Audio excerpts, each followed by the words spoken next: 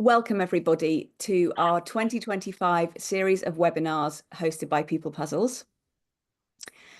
We are the UK's leading provider of fractional HR directors, and I'd say we are pretty obsessed by business success, business growth, and how people make the difference. And I'm going to be hosting a webinar every other month to kick off 2025, asking a panel of expert guests for their views and feedback on the latest topical issues to be impacting mid-sized businesses in the UK, specifically focusing on business, strategy, people, and employment. And we've called today's webinar The War on Cost, a CEO's Guide to Tackling the Rising Price of Employment. And before I go any further, I'd like to introduce you to my guests. So I'm going to ask each of you to say a sentence or two about yourself. So Andy, let's kick off with you. Andy Robbins from Mattioli Woods. Welcome. Good afternoon. It's great to be here. Thanks for having me, Ali. Yes, so just quickly about me, senior employee benefits consultant at Mattioli Woods. My role is to help employers to identify and achieve their employee-related objectives through their benefits and rewards strategy. Typically, the outcomes that we would look to derive from this would be related to ensuring they are recruiting and retaining the right people, improving productivity and decreasing absence levels through engagement, health and well-being, and reducing compliancy risk, and the main topic of conversation today, improving efficiencies and saving money. Yeah, brilliant. We're on the same page. That's fantastic, Andy. Thank you. Mark, over to you. So Mark Eaton is our London Regional Director at People Puzzles. Yeah, hi Ali, and good afternoon everyone. Really great to be here. Yeah, so as Ali says, I'm the Regional Director for London for People Puzzles. I have a wonderful team of very senior HR directors that all do wonderful work with a lot of our clients. I was previously a founder of an employee benefit and reward business. And at the moment, I really look at trying to help businesses who want to grow and helping them with both their strategic people plans and their overall business strategy. Yeah, fantastic. Well, we'll definitely be asking you to tap into some of that knowledge later on. And Connell Scholes, thank you for joining us. You are one of our brilliant fractional people directors. Tell us a little bit about where you are and your background. Thank you. Yeah, sure. So hi everyone. Thanks very much for inviting me along. Really appreciate the chance to help out and engage. Well, I'm at the client-facing end, so someone like Mark or someone like Andy would refer into Mark, and then they'd probably meet with somebody like me or one of the 80-odd people like me. My background's quite broad across people, operations, and commercial, so I tend to think about things not just as an HR person, but as a business person as well. And working on solutions with businesses, it might be 10 people, it might be 50 people, it might be 200. But coming up with answers that make sense and sort of give return on investment and are very cost conscious, because at the moment, that's the name of the game. Yeah, it certainly is. Brilliant. Well, look, I'm just going to set the scene before I ask the three of you some questions. So hasn't the last few years been an interesting time? I mean, in the last 5 years, we've seen change on every front, and we aren't seeing many signs of that slowing down. We're now only a couple of months away from the national insurance contributions increasing alongside the thresholds being lowered. And I've been following Tesco's. I don't know if you have. They're forecasting a £250 million a year increase in employers' NI contributions. And actually yesterday they announced 400 job losses across head office and stores as cost-cutting measures. So it's tricky times, isn't it? And our clients are telling us it's going to affect them to the tune of anything from £30,000 a year to much, much bigger tax rises. And the national minimum wage increase is going to hugely affect those businesses that employ workers at that lowest pay level. And we know there's higher increases coming in for lower workers starting in April. Alongside that, we've got many more changes signposted by the government that are going to come in over the next 2 years, from sick pay from day one, the removal of the 2-year qualifying period for no-fault dismissals, and a ban or a change on zero-hour contracts. So we did hold a webinar on some of those employment changes back in 2024. It's still available on the People Puzzles website, so do go back if you missed that. But our team of expert fractional people directors are confident that you don't need to be overly worried about many of those things if you're running a tight ship. But on top of these changes, the noise in the media is overwhelming, and it's mainly negative. And it's hard, isn't it, to not get sucked into doom and gloom. So today I've split the webinar into 3 areas. The first we're going to look at is cost savings. How can we get the most from our budget? The second is all about how can we stop wasted spending? So where can we actually save money? And then the third piece I want to look at is that bigger picture. How can we be more strategic about our people to give better results for the businesses and organizations that you run? So that's the scene set. Let's get on with this first real question of cost savings. And I'm going to stop sharing my slides now, if I possibly can. Can I do that?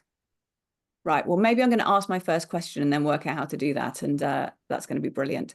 So, Mark, in your role as Regional Director at People Puzzles, what are some of the concerns that you're hearing about from our clients in relation to costs and spending? Yeah, well, thanks, Ali. I mean, look, obviously lots of clients are naturally concerned with the rising costs and the financial implications that that's going to have, because at the moment, before you've transacted any business, you're already at a standstill point with the extra cost. So I think the important thing is not to press panic buttons and immediately look at cost cutting, losing heads, freezing pay, because that's going to cause a lot of negativity in the company.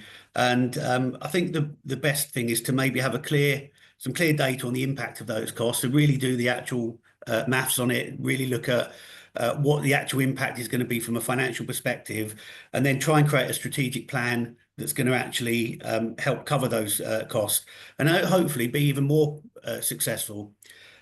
These costs are real, and I'm not going to be saying, oh, you just keep a positive attitude and hope for the best. But I do think that there's obvious choices you can make with you could maybe say, right, I'm going to make lots of cuts and all the negativity that goes with that, or maybe look at how we can actually sell more, how we can actually be more productive, how we can be more efficient. For me, I prefer option 2.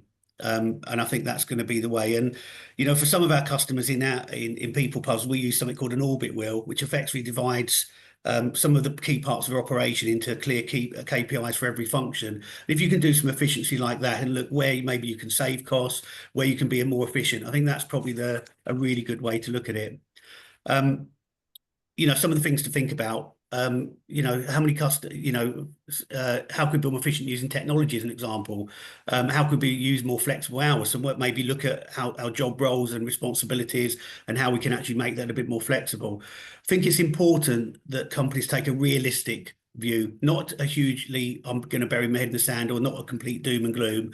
Just be actually looking at, even asking your teams how they can collaborate, because lots of, in my experience, asking your fellow colleagues how they can make their departments more efficient, you sometimes get the best ideas ever from those. So I think ask your own colleagues in the right way, and then have a call for action. Reinforce the company's strategies, reinforce the objectives, and almost bring everyone together to say, look, we know this is a real situation, but instead of actually pressing the panic button, now what we're going to do is actually we're going to try and be better at everything we do, and hopefully you can galvanize the whole team to actually be all part of it and create a really great spirit of we're going to actually succeed together.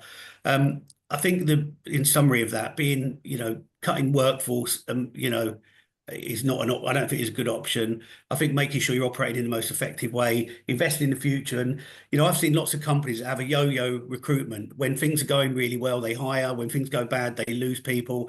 But that is a really bad economical way of doing it, because you end up costing so much more money. It's not just the cost of recruitment, but it's also the valuable time that it takes for leaders to be able to do that. So I think my advice is keep steady, don't lose your head, and be positive, but be positive in a realistic way. Understand what the problem is, and then work for a solution.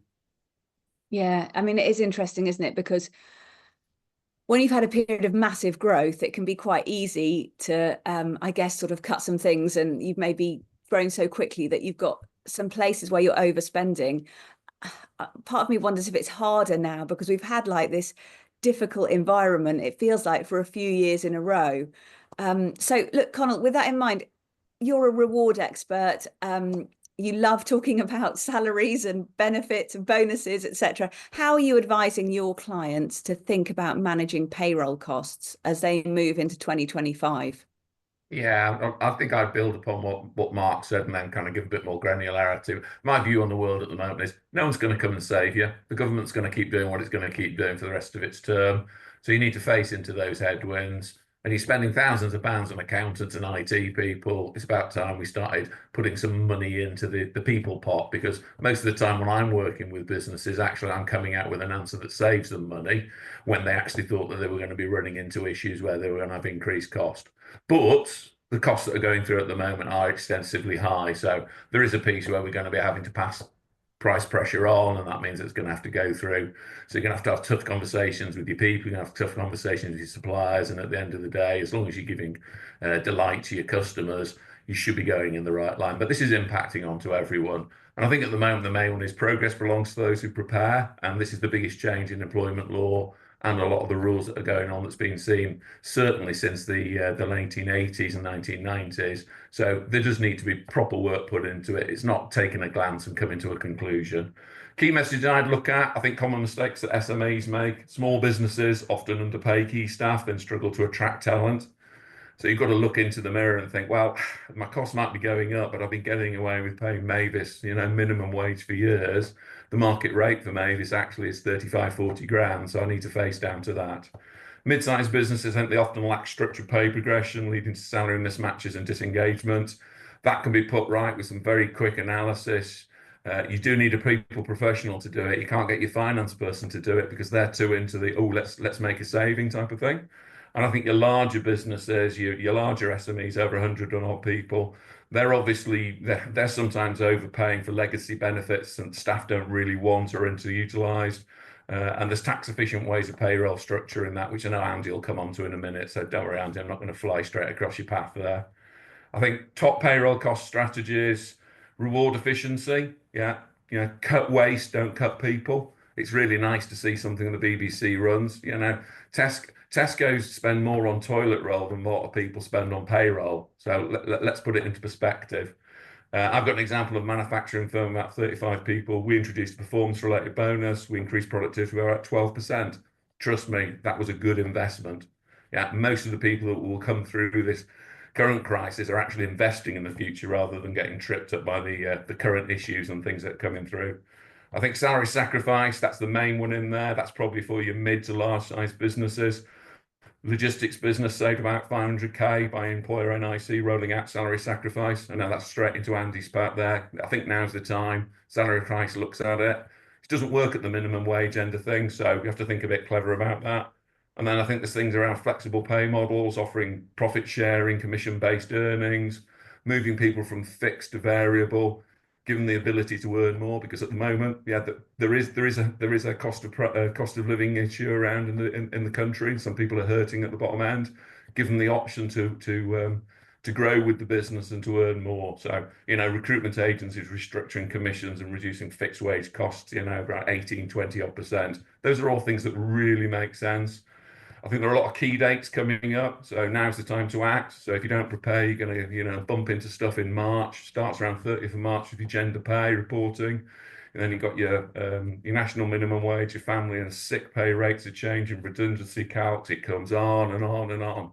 And you're an owner of a business, and it's not like you're not doing anything on a Friday. So pick the phone up to us, and we can help. I guess that's a couple of minutes from me on that one. Any thoughts? Any builds? Yeah, no, thanks, Conor. I think the thing that jumps out to me about what you both said so far is that it's worth looking at margin again. And having worked in loads of SMEs, actually, there's very little conversation about margin. What's our gross profit? Could it be better? What's our net profit? Could it be better? And I love it when you go and ask a group of employees, where does your salary come from? Does it come from gross profit? Does it come from net profit? What does margin mean? And most people in most small businesses have absolutely no idea the answer to those questions. They just literally don't know where the money that they get paid from comes from. And I think there's a massive opportunity to educate, particularly because I think they might think this NI increase is not their problem, most of our teams, because it kind of isn't. But actually, because it's an increased tax on the business and on the whole way that the ecosystem of our businesses function, it does have an impact on them. So anyway, before I go on any further, Andy, you are an expert in the area of employee benefits. Can you tell us about how to set these up in a way that really maximizes effect while managing costs? Absolutely, yeah. Thanks, Carl. I've got on this one, but spot on. I'm going to demonstrate. Oh, Andy, I think your sound's not coming through very well. Can you come a little bit closer? Sorry, can you hear me? Yeah, Yeah. can you guys hear Connell and Mark? Are you? Yeah, there's a bit of it's not very clear actually. Let's give it another go, Andy. See what we can get to. Yeah, sorry, guys. I'm sure what's happened there. I'll try and speak as loud as possible. Am I coming through?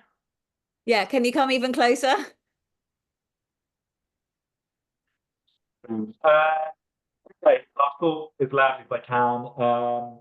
Yeah, there are things that certainly can be done from a benefit perspective.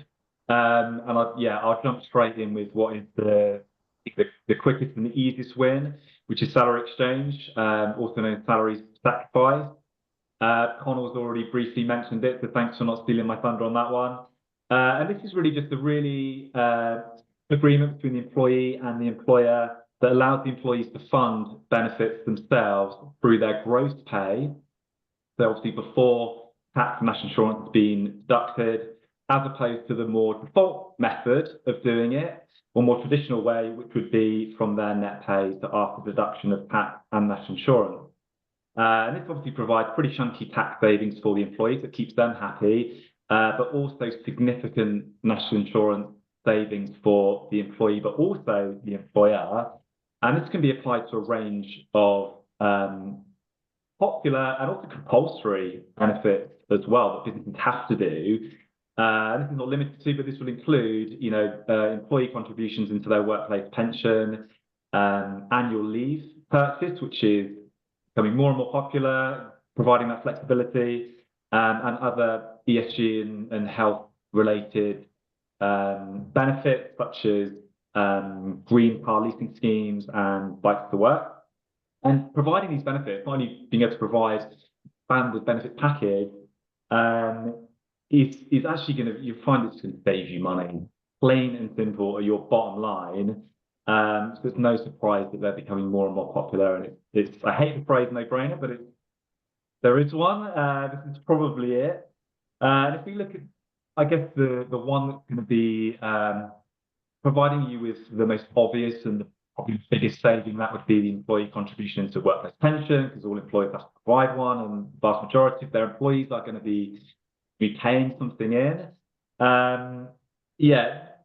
These agreements can be done in bulk, which a lot of people don't know, so you don't even need that explicit proactive agreement from an employee to do it. The take-up can be done, can be made really, really high in a very simple way.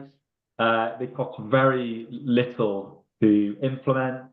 And as I said, they can provide significant savings on that soon-to-be 15% employer NI level. And in addition to that, it has the potential to decrease corporation tax bill as well by leveraging more money being able to be offset as a legitimate business expense. So that's a no-brainer. One other thing as well, I would encourage people just to briefly think about, which is probably a little bit less direct in terms of the real quick saving, it's really just consideration to the cost of not doing certain things. Give you a few ideas, what would be the cost, for example, to a business of a really key employee being off work or not being able to function fully in their job for an extended period of time because they're waiting on the NHS to help them out. The cost of litigation or legal services or even reputational damage associated with not providing an employee with mental health support. A lot of employers do now need to legally have some sort of strategy in place if they have 50 employees or more. I think the obvious cost of recruitment and training somebody as well, if you're getting that engagement piece wrong and your rewards and benefits package is just not understood and not appreciated by your employees, that's increasing your staff turnover level. Yeah, thank you. Anyone want to jump in on any of those, or? Yeah, I mean, I just want to say with what Andy said, it actually is a no-brainer. I mean, if you're not doing the maximum salary sacrifice, particularly around pensions, cycle to work, cars, it's a no-brainer because obviously it's going to mitigate some of that increase in national insurance and also get you better engagement with your team as well. So, I'd urge lots of companies if they can possibly do that to look at that. It's Yeah, funny, isn't it? Because this has and been it around for makes more it. than 20 years. But I guess that's the challenge with SMEs and mid-sized businesses, isn't it? If they don't get the right advice to set this up at the right moment, you just miss it. And then sometimes the burden, sort of administrative burden of doing it can seem so onerous, it might not seem worth it. But then as these taxes increasing, it becomes worth it to actually spend the time to sort this out. Sorry, Connell, I jumped in. No, no, no. And I was going to build on it is that I think the reason why salary sacrifice is becoming more vogue now is that most people in businesses want to feel like they own their reward and benefit. And actually, by offering them a full range of personalizable benefits, some of which are salary sacrifice and some of them aren't, they actually feel they've got skin in the game. Now, the dirty little secret is a lot of people want it, but they don't go and take up the benefit. But as an employee, you should be put it in place. Yeah. And the salary sacrifice stuff is really simple. It is a no-brainer. Yeah, the business benefits, the employee benefits. So let's just be getting on with it because you've got enough headwinds. Trust me, this is one of the few tailwinds that you can actually bank upon. Yeah, brilliant. Thank you very much, guys. So as we're going along, if you've got a question, please pop it in the chat box. We're going to have a little section for Q&A at the end. So we were not going to address those as we go through, but please do put a question in the chat box and we'll come to it at the end. So let's go on now to talk about stop wasting money, essentially. So it's a slightly different approach, isn't it, to the war on costs? So Connell, I'm going to start with you on this one because it is perhaps a slightly more HR people focused question. What are some of the things that you're seeing when you start with a client that you think, oh my goodness, this is really wasting your money? Yeah, thanks, Ali. So I think the first one is you bringing someone in like myself or one of the other people that we would be able to bring in is this is what we do for a living. We go out and look for these types of things. And sometimes when you're working in a business, especially if you've founded it, you've been working it for a few years, you can't see the wood for the trees. We see the wood and the trees. So we'll help you see what's actually going on. I think HR people inefficiencies that are really vogue at the moment, which are actually going to be part of the headwinds we're looking at, is poor recruitment, absenteeism, and disengagement. You can see them all across the news. They all drain profits. We need to get smarter about when your employment spend goes. Yeah, but don't let the HR team make it a paper and form platform and an admin exercise that kills creativity at the same time. So if you're going to put in suggestion schemes and incentives, don't make it a huge bureaucracy because people will just actually go, I've got better things to do. Make it simple, get digital, get automated. I think where businesses waste money, current risks and sort of context really, if I'm looking at, I think your legal and compliance costs, they're there, you've got to face into them. SMEs that don't have structured HR policies are overspending on their legal fees. Oh, phone up the lawyers. Now, I'm allowed to be rude about lawyers. I'm married to one. Trust me, their hourly rate is very, very high, and they're solving a problem usually when the horse has gone. Yeah. I've got an example of a small engineering business I worked with. We reckon we're saving about £15,000 a year just by implementing structured probation and dispute resolution policies, because it meant that stuff didn't become a big issue that the owner then thought, oh, I need to speak to the lawyers. They're more than happy to go and catch that ball. Let's go to the root cause.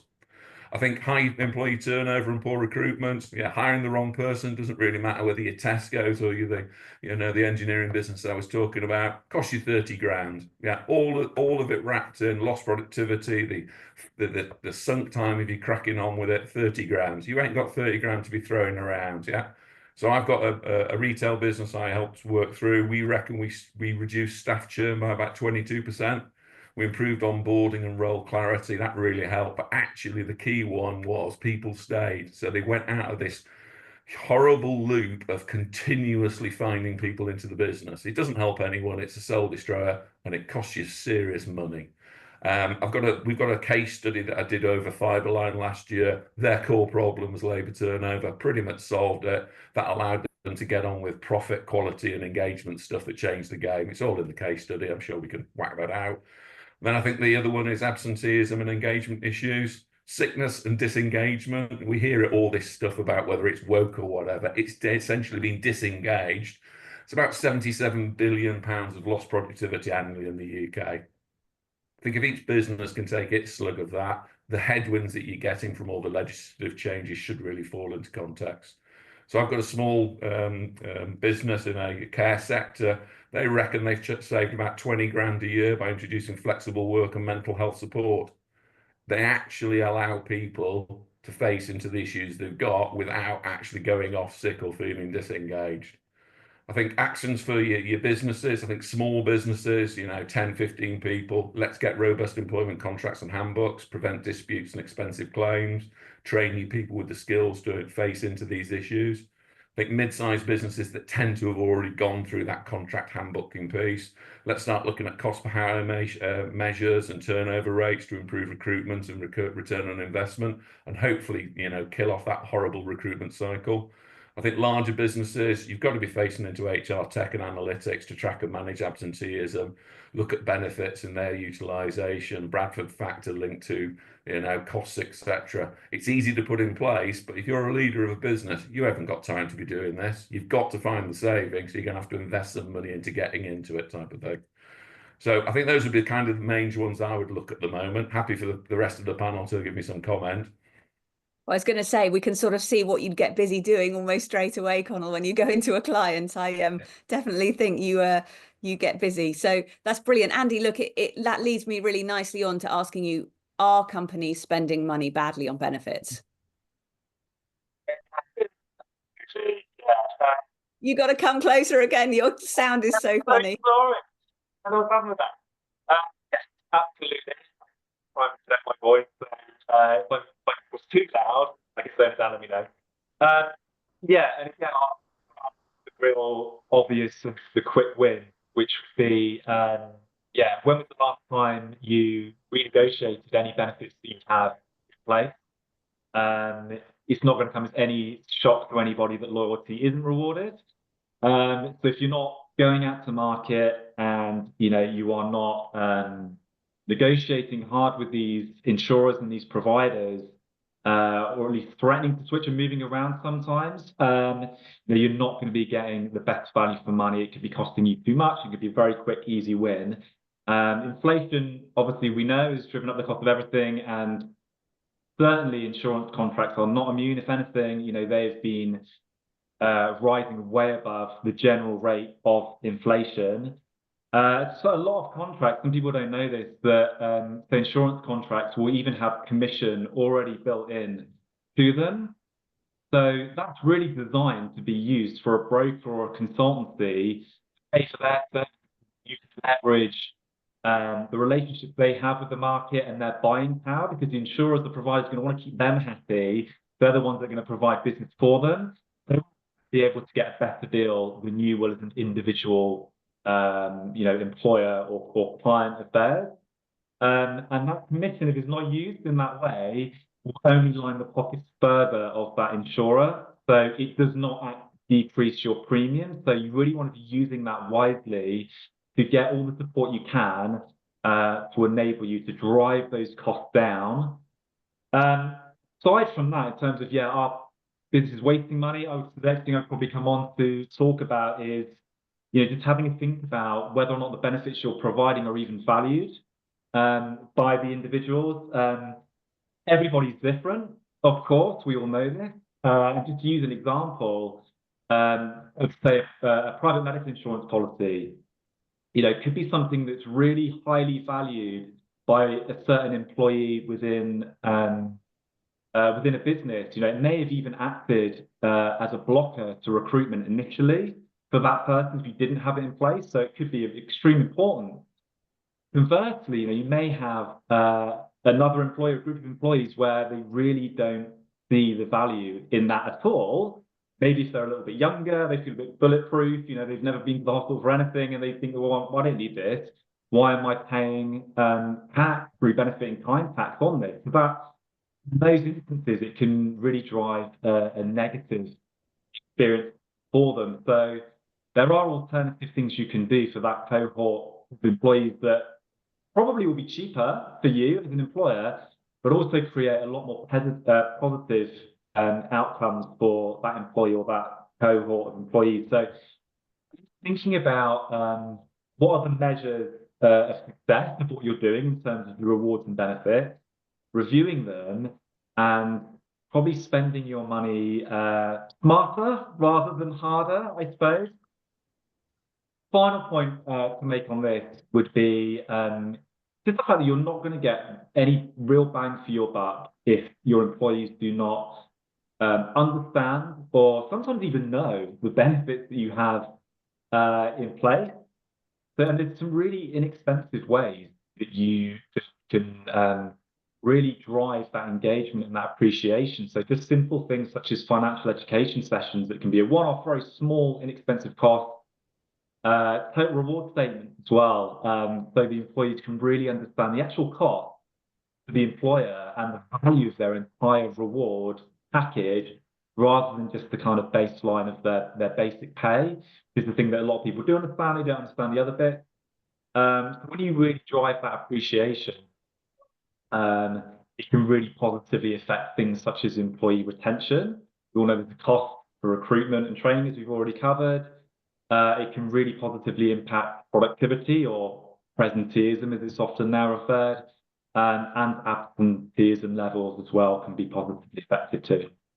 Yeah, that's brilliant. I mean, I totally agree with you about the communication side of it. And sometimes, you've put all this time and effort into actually getting a benefit in, and you can sort of forget about that end piece, and then reminding people. So whether it's vouchers or a bike scheme or a car scheme, like, people have to be reminded when they're making those sort of life decisions that relate to that.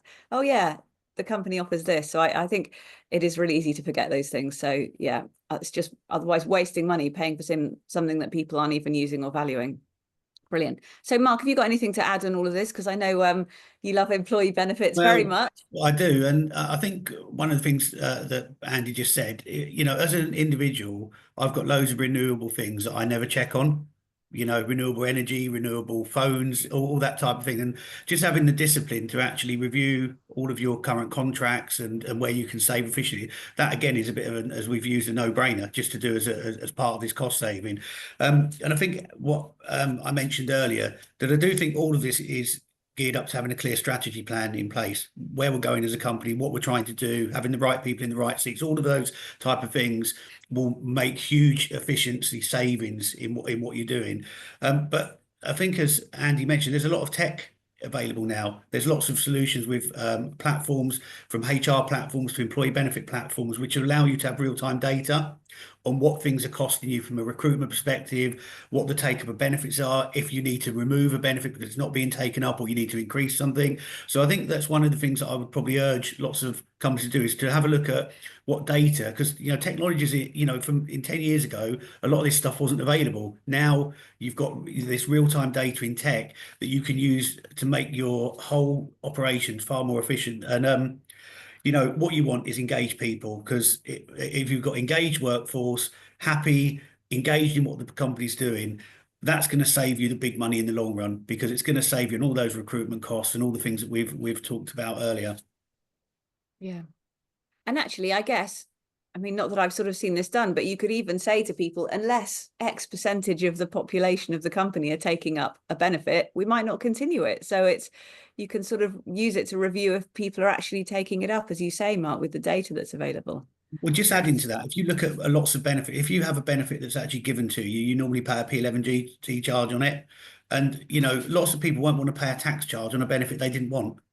So it's far more efficient to have a flexible program where people can actually choose the benefits they want. It's going to be right for them. And as I say, 10 years ago, it was a bit more problematic to do. Nowadays, the technology is there to be able to do this really cost effectively. Yeah, brilliant. People don't want to be told what benefits they're going to have. They want to have an allowance. They want to be able to go and pick up and choose it, and they want to be able to link it into something that they can then get cheaper groceries, or maybe get a few quid off their TUI flight to go on holiday. It's about personalization. And some of the people actually don't want the benefit coming to themselves. They want to nominate that any savings they get go to a charity. So you've got to be there, and the tech's there to do it, type of thing. I think the other one is building on what we said. Was I'm a big believer in total reward statements. At some point during the cycle, to undo what I've just said about don't make HR an admin hub, actually at some point during the year, HR should be pulling together what people are earning, what benefits they could get, putting it in a letter. Yeah, I know it's old technology, and sending it to their home so they own it up. Their significant others and family can see it, and they sit there on a Sunday morning looking at it, going, "I'm doing all right here." Yeah.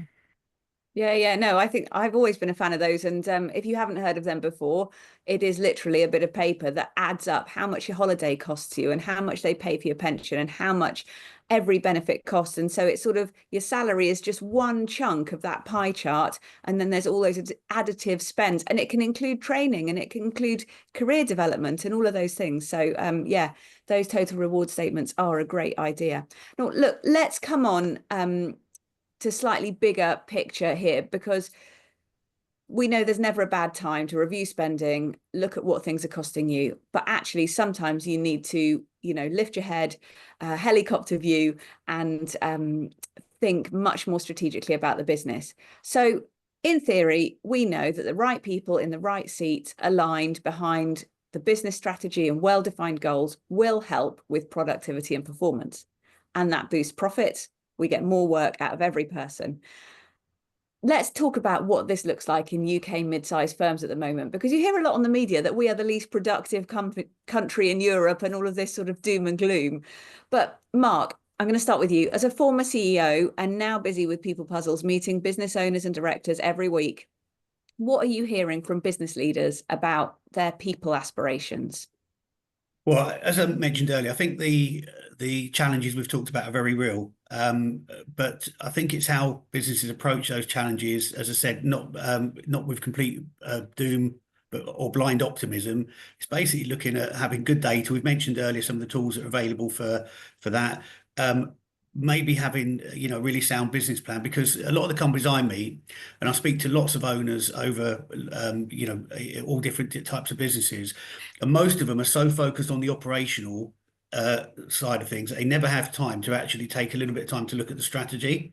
And if you have the discipline to actually take that time to look at the strategy, that's where some of the biggest value you can have. But it's very difficult because, of course, you're so focused, and when you're running a business, you haven't got a view of the outside world. You're just at the coalface trying to do that. So I think I mentioned with some of the tools, good data is really important, because of course then you've got something to work with.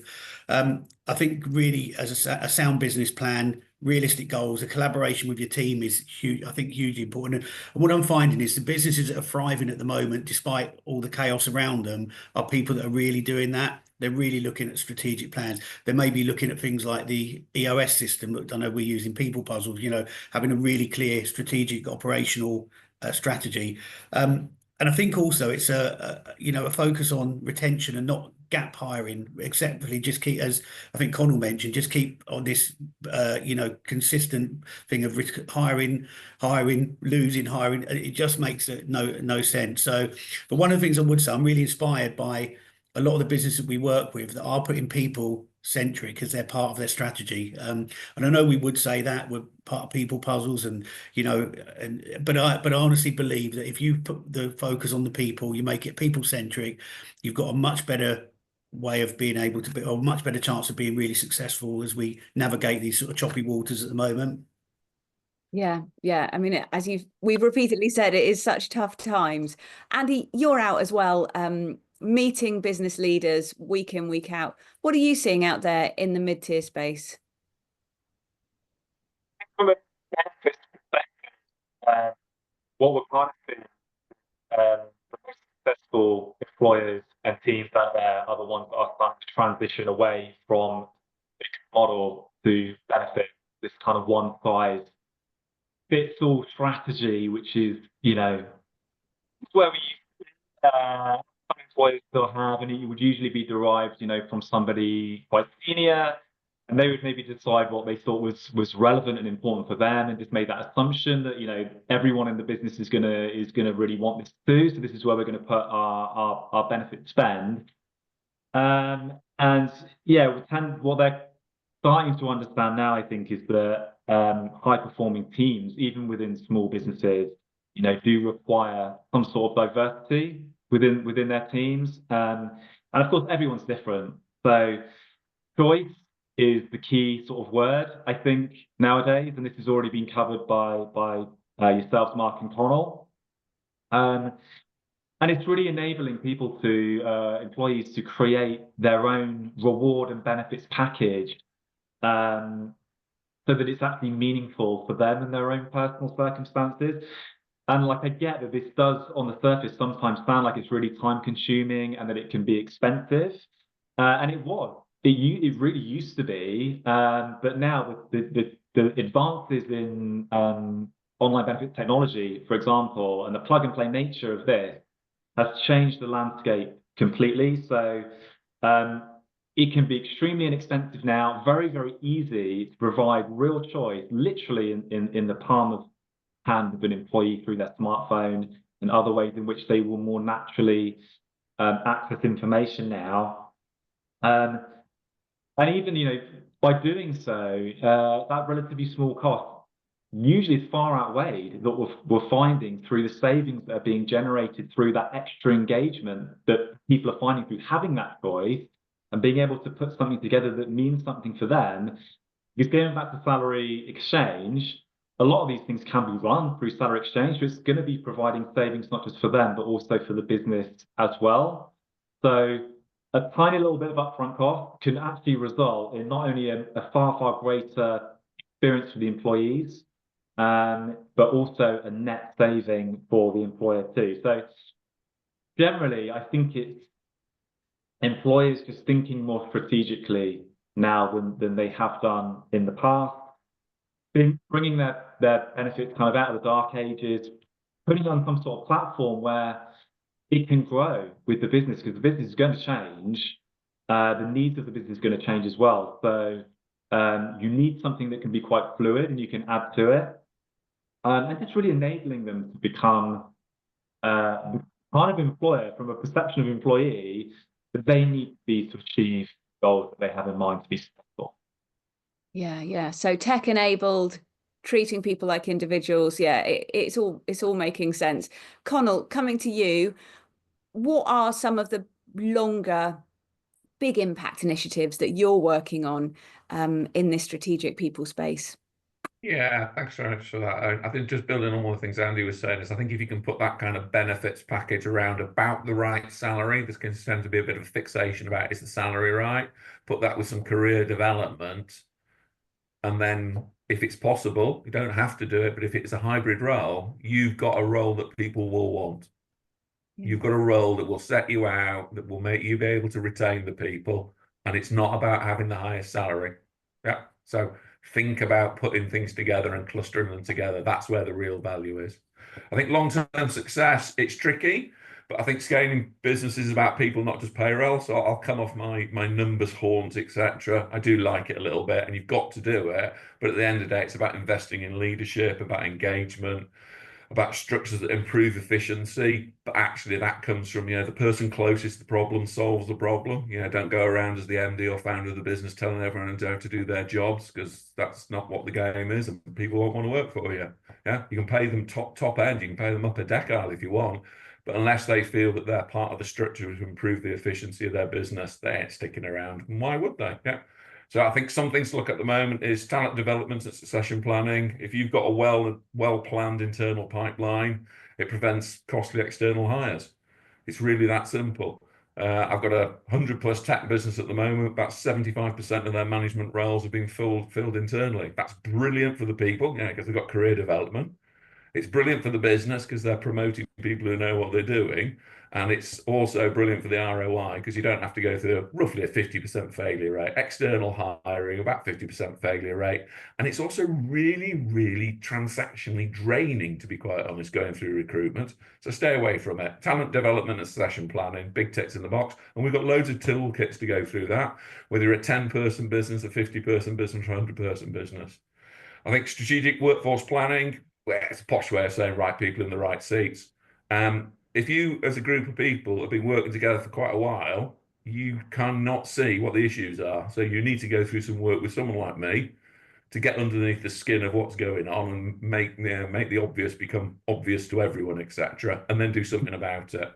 So I've done some work with legal businesses recently, restructuring teams and duplicating roles and cutting staff costs. Not because they were actually doing because they wanted to cut, because they actually looked at it and said, actually, we're inefficient in the way that we work. And they did that with some data, and they did it by actually with some senior people looking in the mirror and going, I've got to change. And let's face it, lawyers and accountants, they run their businesses with lots of data, yeah, and they manage to go at an 8% productivity from doing these pieces. So there's money in them hills. I think you've got employee engagement and retention focused strategies, save money on hiring and increase output. Yeah, it's about people, not payroll. But at the end of the day, the numbers have got to add up. Hospitality business, SME, not one of my clients, but one of the other people I work with, they've reduced their staff turnover about 30% by putting in some career development, letting people know where they're going to be next, might be 3 to 5 years' time, but yeah, and then training them towards that. And then engagement programs to do with, things like getting feedback on staff surveys and then doing stuff about it. People like to be heard and listened to, but don't do a survey unless you're prepared to do something about it. So I think actually businesses by size, I think smaller businesses, invest in your basic leadership training. We can help and work with you on that. It's more coaching and leadership training, getting the basics in place. Yeah. Why would you know how to do all the things I've just explained? But actually, they don't take months and years. You don't have to go to university for 5 years to figure this out. Mid-tier businesses, around 40 odd people, plan for the future growth, ensuring your staff roles are aligned with business needs. And I think I see some questions coming through about how do you do that type of thing. Maybe we'll pick them up later. And then larger SMEs, your bigger 100 people plus, employee service and engagement analytics, use them to guide workforce decisions. Yeah. Because in the smaller businesses, you should still be doing surveys. Most businesses are going to get pulse surveys, for a relatively granular amount of money, or they're built into other systems you've got. Listen to it type of thing. But if you're going to survey, do something about it. So as a leadership challenge, you've got to be prepared to face into what you're going to get back. So I think those would be my main ones at the moment. And most of those are pretty low cost. You've just got to be sort of fitting them into the day job, which is tricky to do. That's why you need to be working with external people to help make it happen. The funny thing about all of this stuff that we've talked about is one of the major things that comes out alongside the saving money, stop wasting money, is that you make people happier. People are happier with choice about the benefits. They're happier when they've got career progression. They're happier when you don't hire somebody and fire them because they're rubbish at their job 6 months later. All of that kind of stuff has actually a massive drain on both the communities and society that we're in. And if you're a sort of force for good type of business and you believe in sort of wanting people and planet alongside profit, all of this stuff adds up to just better working environments, happier people. And for me, I really want to own and lead a commercially savvy, profit-making business, but I never want to do it at the expense of people enjoying work and being happy and coming out on a Friday night and thinking that was a good week and Monday's going to be fine. So I just wanted to drop that in, because sometimes when you're talking about cost savings and profit, you can kind of forget about some of that stuff. And we're not just advocates of work them harder, nose to the grindstone, more for less. It's a system, isn't it? And when the system hangs together and works, it's just better for everyone. And that makes me happy. Ali, just on that, one of the things we mentioned earlier is I think it's really important to have honest conversations. I think that if you are almost cloak and dagger about what you're trying to do in a company and you don't involve the employees, that's where it causes the rift. If you can have honest conversations and they know what the challenges are, you'll find that people step up. They'll step up and actually embrace the challenge, as opposed to being the victim of it down the road because you've made a decision that you need to lose people. And one of the things you mentioned right at the start of this session was margins. And just looking at all the things we've discussed, these margins sometimes are quite small, but they make a huge difference in the long term. And I think that's one of the things that you can look at. All the things we've spoke about are all, they might be look at some quite small in isolation, but when you're looking at all of these things in together as an overall business strategy, they make a huge difference. Yeah, brilliant. Look, I'm aware of time and I do want to fit in a few questions. So we're going to share some top tips from each of those 3 topics after the session. But you're right, Mark, there is no magic bullet to solve this war on cost. It is, degrees here and there, isn't it? And really, there are options of the things we talked about today that can save considerable amounts of money if businesses put into place these ideas. Before we take some questions, I just want to flag our next webinar, which is all about building the enterprise value of your business through your people. We're going to have some great guests. That's going to be on Wednesday, the 26th of March at 1 o'clock. Don't worry, we will keep you informed about that. And if we don't manage to answer your question today, we really would love to do that. So we're all on LinkedIn. You've got our email address anyway, so please do get in touch with us. We'll set up a free consultation with somebody local to you, whether it's in the benefit space or in the strategic people space, or sort of a combination of those two things. So look, some really interesting questions here, raising from going from sort of political future all the way through to nuts and bolts HR questions. A couple of people specifically asked about what the panel might think about whether the government's just going to keep increasing the national minimum wage. That's quite a big question, so thanks for that one. But I think it's really interesting that the Labour government has asked the Low Pay Commission to continually reflect the cost of living when setting national minimum wage rates. So personally, I don't think we can count on it getting easier to pay the national minimum wage. I think it's going to set to continue. Mark, have you got any just quick thoughts on where you think look, no one can predict the future, you know, and let's be honest, if you look at what's happened in recent years politically, you definitely can't predict the future. But I think that looking at the direction of travel, particularly with our current government, I would suggest probably it's going to be higher costs on an ongoing basis. I just don't see a situation where once that sort of genie's out the bottle, they're going to actually start reducing it. So I think that we'll have to brace ourselves that is going to be something that's going to be increasing on a regular basis. Yeah. And Andy, just on that, can you actually do salary sacrifice if someone's already on the national minimum wage? Mindful of course. Employer, the game's gone.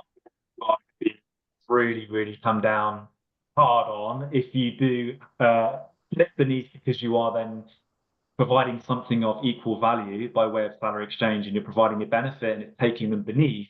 It's still something you really do want to avoid.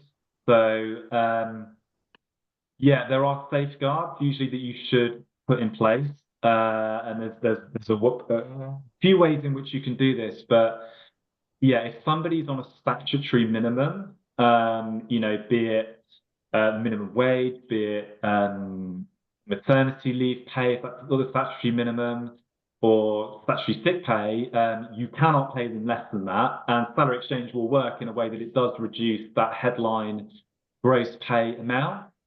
So yeah, it cannot take them beneath.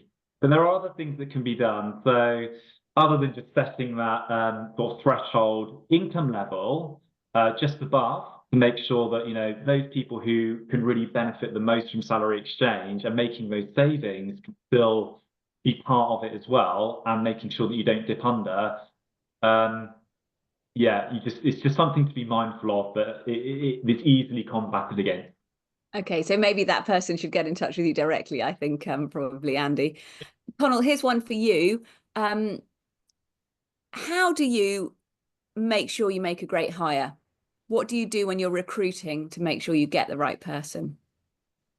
Well, I think first of all, you want someone who can do the job, which means starting off with realistically what you need, have a good scorecard, and then recruiting against those and being brutally honest with the people about what you want the job to be, because there's nothing worse than getting a job and finding out it's just an administrative zoo type of thing. I think the second one is behaviours. Behaviours are everything. Actually, skill set is great.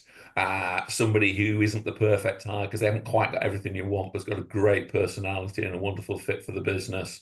You can upskill people. You know, most businesses that people want to work for, and hopefully the businesses of the future and our current client base, they're actually nice businesses. They actually care for the people that have got near to them, etc. So, you know, giving somebody a skill about how to use a particular lathe or how to use a particular IT system, you can do that in a matter of days or weeks. Behaviors take a little bit longer. Yeah. I mean, and I think from my perspective, just to add to that is, I really like people. So I was terrible when I started doing recruiting because I just liked everybody and I wanted to give everybody a chance. And actually, after I had some recruiting training, I realized there was a much better way to recruit people, which was to, as you said, evaluate them against the scorecard and to sort of, not being my natural personality of wanting to love everybody. So I'd add to that, just get some training for everybody who's involved in recruitment in your business, because there are such easy pitfalls to avoid. I think we've got time for one last question. So when you've got a growing team, this is from Amy Richardson, how do you ensure that the tasks don't just expand to fill the time available? Conal, I'm going to ask you for that one as well, if that's all right.